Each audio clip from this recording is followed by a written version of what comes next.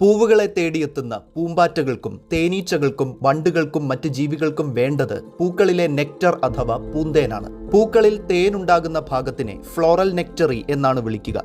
പരാഗണത്തിന് വരുന്ന ജീവികളെ സൽക്കരിക്കാനാണ് ഇത്തരത്തിൽ പൂക്കൾ തേനുള്ളിൽ കരുതുന്നത്.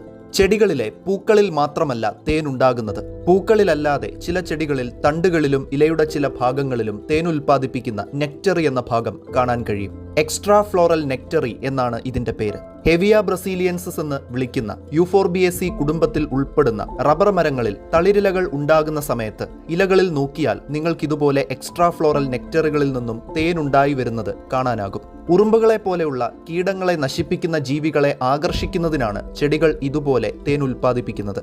ഈ രീതിയിൽ റബ്ബറിൽ മാത്രമല്ല പാസിഫ്ലോറ, കാഷ്യ, വിഷ്യ തുടങ്ങിയ ചെടികളിലും ഇതുണ്ട്. കുട്ടിക്കാലത്ത് ഒരിക്കലെങ്കിലും ഈ തേൻ രുചിച്ചിട്ടില്ലാത്തവർ കുറവായിരിക്കും.